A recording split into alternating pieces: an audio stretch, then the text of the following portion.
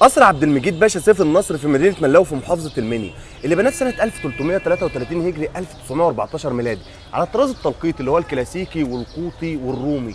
القصر متكون من 3 طوابق، الطابق اللي تحت ده للخدم، واللي فوق هنا للضيوف واستقبالهم، واللي فوق الأخير للمعيشة وللنوم، لأن هو عبد المجيد سيف فكاتب أول حروف من اسمه بالعربي وبالإنجليزي عين سين وإيه إس. لو دخلنا في الطابق ده بنلاقي بقى هو بيستقبل ضيوفه الاول، يقدم لهم الشاي، وبعد كده في غرفه للطعام هي مخصصه لكده علشان يقعدهم ياكلوا. هو ما كانوش بيدخلوا من الباب اللي دخلناه ده باب جانبي بس، علشان الباب الرئيسي مقفول. دخلوا هنا قلنا شربوا الشاي، وبعدين دي غرف الطعام، ودي من اجمل الغرف في القصر.